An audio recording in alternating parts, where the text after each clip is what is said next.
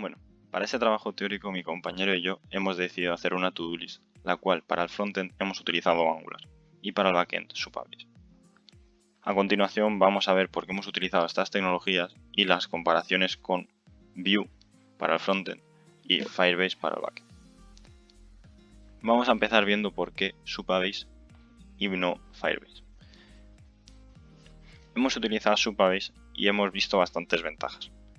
Lo primero es que es bastante moderno y ofrece gran cantidad de funcionalidades como la autenticación o almacenamiento de archivos, a la vez que IA. Y nos hemos decantado por este para ver su plan gratuito, cómo funciona, ya que hemos visto que es bastante bueno para proyectos personales, para proyectos bastante pequeños. Otra característica que nos ha llamado la atención son sus bases de datos, ya que utiliza PostgreSQL y GraphQL, dejándote utilizar la que tú quieras. También nos permite ver el código de las funcionalidades que ya nos ofrece y nos permite un fácil escalado.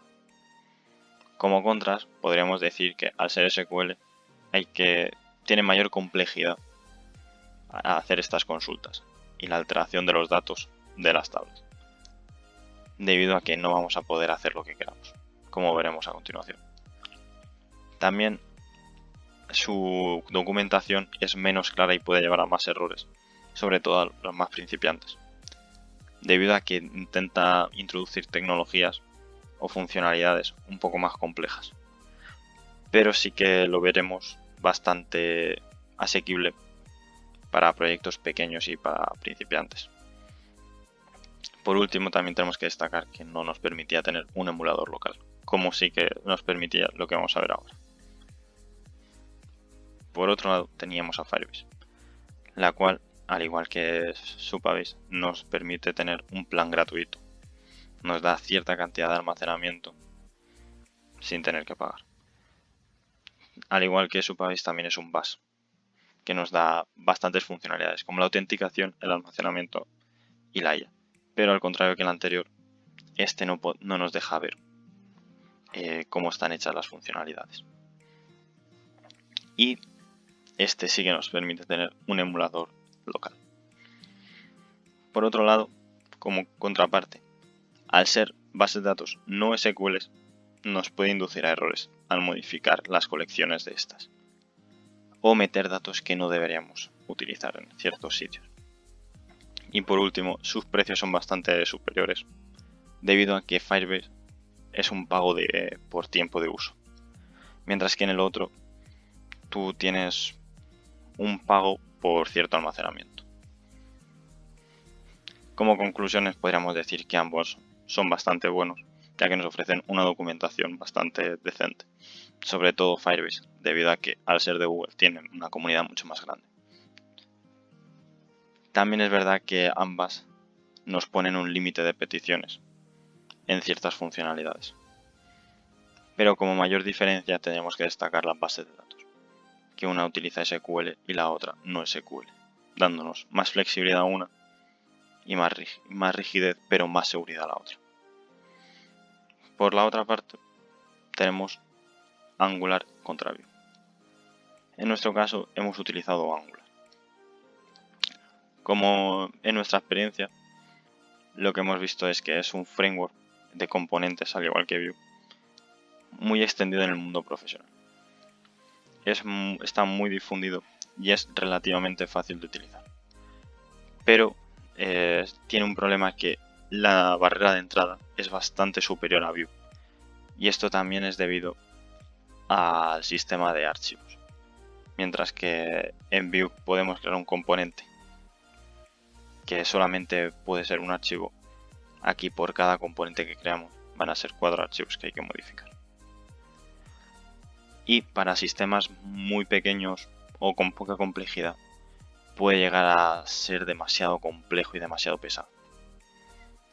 Por otro lado tenemos a Vue, que como sabemos también está basado en componentes y en la reactividad. Tiene una curva de aprendizaje menos pronunciada, una barrera de entrada más asequible para cualquier persona y un sistema de archivos mucho más simple. Está mucho mejor para hacer proyectos pequeños como el que hemos hecho. Pero como contrapartida, su comunidad es mucho más pequeña respecto a otros frameworks como Angular o otras que no hemos visto como React. Y de cara al mundo profesional sí que da la sensación de que están menos demandados. Pero como conclusiones podríamos decir que los dos son muy buenos frameworks para el front, que se podrían utilizar ambos para cualquier proyecto mediano o grande, mientras que para un proyecto pequeño utilizar Angular es tener demasiada complejidad. Y para empezar recomendaríamos más Vue, debido a que una vez que sabes Vue, la curva de aprendizaje se puede hacer más ligera, se puede hacer más llevadero aprender Angular. Por último, dejamos aquí las referencias de donde hemos sacado cierta información. Buenas. Mi parte va a ser realizar una pequeña demostración de nuestra aplicación. Como ya ha indicado mi compañero, nuestra aplicación es un to-do list, una lista de tareas realizada en Angular y utiliza como backend Supabase, una alternativa open source a Firebase. Lo primero que vamos a indicar son los componentes de nuestra aplicación. Como ya ha explicado mi compañero, un componente en Angular se define por 4 archivos. Un archivo CSS que define los estilos del HTML, el HTML que define la estructura del componente. Estos son un archivo de especificaciones que, bueno, no hemos tenido que tocar nada de estos porque ya te lo genera el propio Angular con el comando para generar un componente. Y el t.typescript sería toda la lógica del propio componente, o sea, lo que hace por detrás, por así decirlo, una vez recibe los datos de los formularios o lo que queramos enviar. Bien, nosotros tenemos el componente auth, que define la lógica del login, el registro y la gestión de usuarios. El componente to-do-list, que gestiona el funcionamiento de la lista de tareas. Todas las funciones que son de añadir, eliminar, ver la descripción de las tareas están definidas en este componente. Y finalmente tenemos los servicios de Supabase, que en el Supabase Service se especifica la clave API key para nuestro entorno. Y finalmente el Supabase Service contiene las funcionalidades para, por ejemplo, registrarse, hacer login, registrarse o desloguearse. Bien, pasemos a crear un usuario. Yo usaré mi correo personal, ya que, bueno, hemos definido que por temas de seguridad te tiene que llegar un correo para confirmar tu cuenta. Como vemos, el anuncio indica que registro exitoso, confirma tu cuenta desde tu correo. Nos dirigimos a nuestro correo y, como vemos, acabamos de recibir un correo que dice: confirma tu email, sigue este link para confirmarlo. Abrimos y, como vemos, ya estamos en la aplicación. La aplicación en sí es bastante sencilla. Se compone de un formulario de crear una tarea. Por ejemplo, podemos decir, no sé, sacar a pasear al perro. Y la descripción, pues sacar al perro por el parque, por ejemplo. Le damos a añadir. Y como vemos, nos indica: has completado 0 tareas de 1 totales. Esta es una pequeña frase que se va actualizando según el porcentaje de tareas que tengamos completadas. Y las acciones que podemos observar, que podemos realizar en una tarea, es ver la descripción de la tarea, marcar como completada o eliminar. Vamos a crear un par de tareas. Bien, como podemos ver, ya hemos creado una serie de tareas que podemos, para seguir con el ejemplo. Vemos que podemos marcar las tareas como completadas y esta barra se va actualizando conforme las vamos completando, y la frase que se va diciendo va actualizándose. Vemos que podemos llegar hasta el final y enhorabuena, hemos completado todas las tareas. Podemos ir eliminando las tareas y también se va actualizando la barra. Y como vemos, esto todo también se está ocurriendo en backend. Como si nos vamos a la tabla de tareas, vemos que las tareas, por ejemplo, vamos a eliminar la de ir a comprar el pan, por ejemplo. Si actualizamos, la tarea ha desaparecido y todas las demás siguen igual. También vamos a fijarnos en la tabla de authentication, perdón, y podemos ver el usuario con el correo que nos hemos creado. Y bien, finalmente lo que quedaría es el componente de cerrar sesión, que vemos que muestra otra vez la página de login. Casi se me olvida, la última funcionalidad que se me ha olvidado describir es la funcionalidad de ver descripción de las tareas.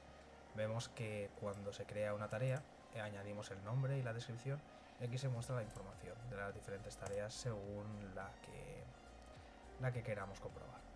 Bien, ahora mostraré muy brevemente cómo se ha creado el componente ToDoList. Bien, en primer lugar observaremos la plantilla HTML. Aquí podemos ver el navbar de cerrar sesión.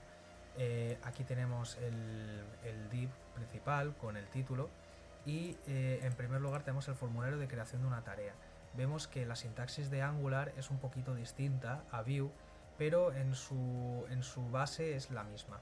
O sea, aquí tenemos, por ejemplo, el tipo de función que queremos que desencadene el form una vez se haga submit, que en este caso es el add task. Vemos que la sintaxis es entre paréntesis y se indica el nombre de la función entre comillas. Bien, aquí esto sería el view model de Angular, que en su caso es ngModel, que tenemos nombre y descripción para llevar los datos al back. Aquí la directiva en vez de vif es ngif, o sea, Angular if, con el asterisco delante. Por ejemplo, aquí mostramos el div de las tareas completadas solo si tenemos tareas mayor que 0, o sea, no vamos a mostrar tareas si no hay tareas.